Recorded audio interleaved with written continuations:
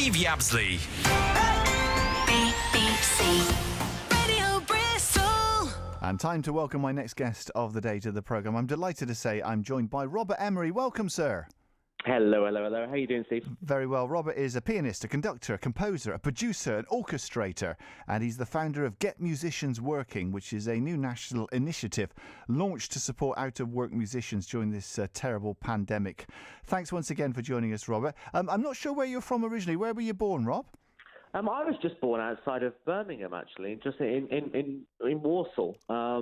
But I have a strong connection with Bristol, actually, because I do a heck of a lot of concerts there. And before the redevelopment, I was performing at Colston Hall quite a lot and St George's. So I love Bristol, and it's a fab area to perform in. Well, St George's is well known internationally for its wonderful acoustics. And, of course, the Bristol Colston Hall has been renamed the Bristol Beacon, and that is going to reopen probably next year, actually, Robert. But it will be lovely when you visit because they have really nice changing rooms.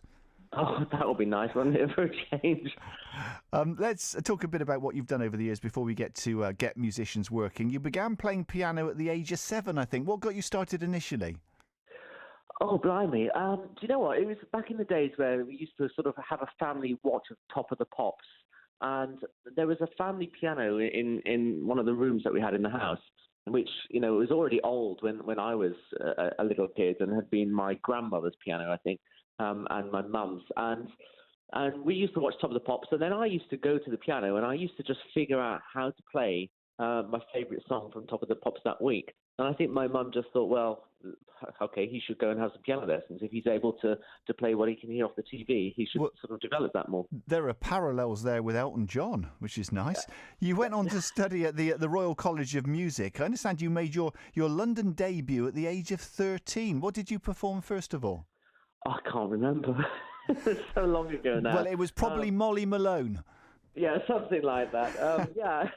No, I had a great time at the Royal College. I was one out of 6 pianists my year, and it was a fun, quite a hard time, with work, but it was a fun time, and then I went to the dark side of conducting, really. Yeah, you've subsequently performed and conducted internationally, and you've worked with many leading orchestras around the world.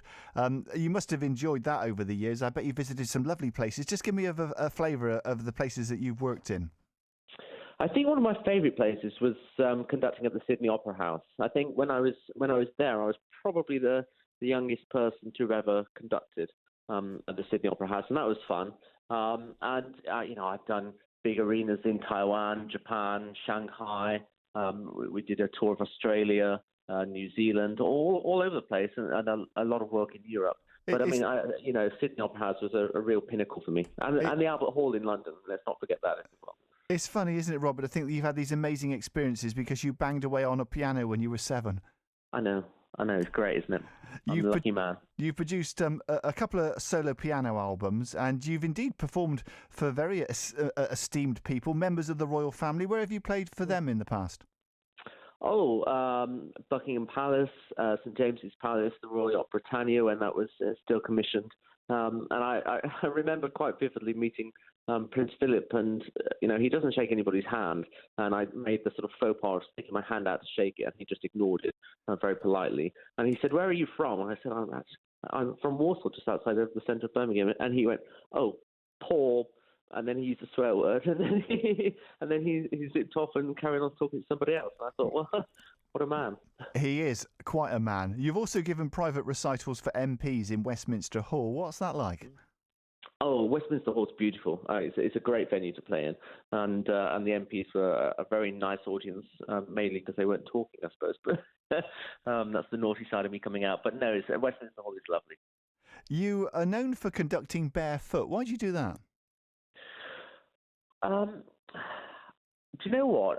There's no massive reason to it, apart from I always used to take rehearsals barefoot because, rehearsals could go on for hours and hours and hours, and I just wanted to be really comfortable. And I was in Switzerland, and I was about to go on stage, literally waiting at the side of the stage, and the producer and the promoter were at the side of the stage, and they said, "Robert, why are you wearing shoes?" I said, "Well, what is it? Well, that's a very strange question to ask. Of course I'm wearing shoes. I'm about to go on stage and conduct." He said, "Yeah, but I've never ever seen you conducting in shoes. You've always been barefoot." I said, "Well, that's because that's how I'm most comfortable in rehearsals." So he said, "Well, take off your shoes. Go on stage barefoot." if that's how you're most comfortable. I thought, well, fine. So I took off the shoes, went on stage barefoot, got the biggest applause in my career so far. And the next day, the front page of the national newspaper in Switzerland was just a picture of my feet. Must have been a slow news day. Very slow news day. And ever since I did that, I just thought, well, if I can, if it's appropriate, then I will, be as comfortable as I can and be barefoot. Dare I suggest, Robert, you might be even more comfortable wearing a pair of lovely, comfortable slippers. Yeah, the thing is, I bounce around quite a lot whilst I'm on stage conducting, so I'm sure they'd fly off. Well, you've had a remarkable career over the years. You've been personal musical director for Russell Watson. You've also worked with the marvellous Andrea Bocelli, Meatloaf, Stuart Copeland, who himself's an interesting character, Damon Albarn. I mean, you've met some great characters. I just want to mention one of those, and that is Andrea Bocelli. Was such a wonderful voice. What was he like to work with? Fascinating, actually. It was an unusual gig. It was in Uzbekistan, of all places, and do you know what? We were supposed to be performing for half an hour. We did about 6 minutes on stage instead of half an hour because they were running late, and he wasn't there for the rehearsal. So, if I'm being completely honest with you, I didn't really get to chat to him much, and he doesn't speak English either. But I mean, he's a phenomenal performer. And it was a pleasure to work with him. Well, Robert, we're going to talk about your new initiative, Get Musicians Working, in a moment, but let's just get an update on the road situation. And for the very latest, we turn to Pam. Thank you very much, Steve. So the M5 is closed going both ways from junction 14 for the Thornbury turn-off to junction 15 for the Almondsbury interchange turning. That's because of a serious accident involving an overturned lorry crossing the central reservation. Now, there is a diversion in place. Follow the solid circle symbol and use the A38 to rejoin at junction 16. Northbound should follow the solid triangle symbol to rejoin at junction 14. The M4, the M32 are all looking okay, but if you've got any more information, you can give me a call 08000 855 949. There are now new lockdown rules in place across the whole of England. You should stay at home and only leave for work, essential shopping, exercise or medical appointments. Exercise is allowed once a day in your local area with your household, support bubble or one other person. Schools are closed except for vulnerable and key worker children. No household mixing is allowed indoors or outdoors unless they're people from your support or childcare bubble. Non-essential shops, leisure and entertainment venues are closed. Pubs and restaurants are closed, but takeaway food is permitted. For the latest on how the coronavirus rules affect you, check online at gov.uk and keep listening. BBC Radio Bristol. Steve Yabsley with you on a Sunday afternoon. Thank you so much for your company. My guest at the moment is the pianist, conductor, composer, producer, orchestrator, Robert Emery. Robert, I want to talk about your new initiative, Get Musicians Working. It's to support musicians whose income have dried up during the pandemic. I must ask you how the pandemic has actually affected you personally. What sort of things have you had to cancel or suspend? Well, I was supposed to be going this year to America to do a tour of America. I was supposed to be going to Australia and New Zealand and Japan, and it all has been cancelled. All of my work until until the middle of this year has been cancelled. So I've had about 15 months worth of work completely disappeared. When did you first realise that it was a major problem? When did it really sort of set in that you and the industry was in trouble? Well, I was due to fly out to America. My wife was heavily pregnant, and I was supposed to be there for, I think it was 6 weeks, and then get back, hopefully just in time for the birth. We were getting to the point where the States had closed the flights to Europe, but had kept the flights open to the UK. And at that point, I then feared that if I did manage to get out to the States, I'd be stuck there and I'd miss the birth of my baby. So that's the point where I started to think, well, if Europe is closed, we're going to be closed any second now. And 24 hours later, the whole world stopped flying. And it's a good job because the baby was born 2 weeks early. So I would have missed it if I was in the States. So that's the happy side of the pandemic for me. Yeah. You must have heard many stories subsequently of performers who've suffered through lack of work, and indeed many have considered even giving up their careers, haven't they?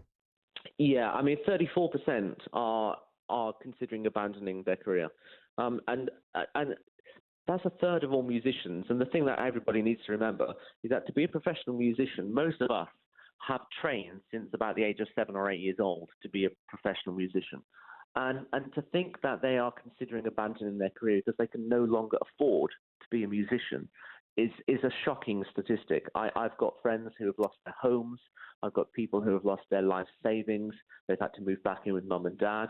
47% of musicians are trying to get jobs in the non-music industry, and they're failing because the jobs just aren't there.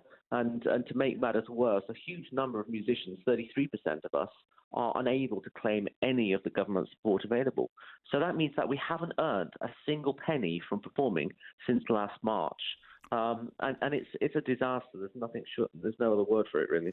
Well, let's talk about Get Musicians Working, which is this initiative you've started.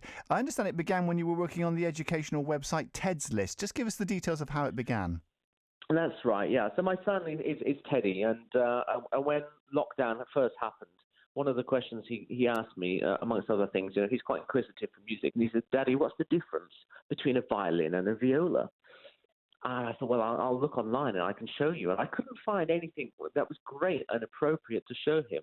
So I phoned up a violist and a violinist who I know, and they did a sort of a FaceTime thing and showed him on video. And I thought, well, there's a hole here. I should create this website, which is like the world's best resource for musical tuition, musical instrument advice, anything music related. So if you want to know what's the best drum kit to buy your 7-year-old kid to start learning, or if you want to know if your 10-year-old daughter can play the flute, any question to do with musical instruments, we try and answer. So I set up Ted's List, and then very quickly realised that there's all these musicians around the UK who are sitting at home, twiddling their thumbs, not able to work.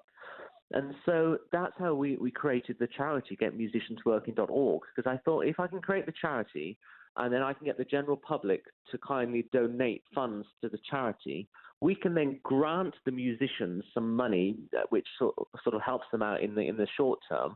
And in return to say thank you so much for helping us out financially, what they do is they generate content for Ted's List. So you could get a cello player saying, what are the 5 things that you must know about playing the cello before you start learning.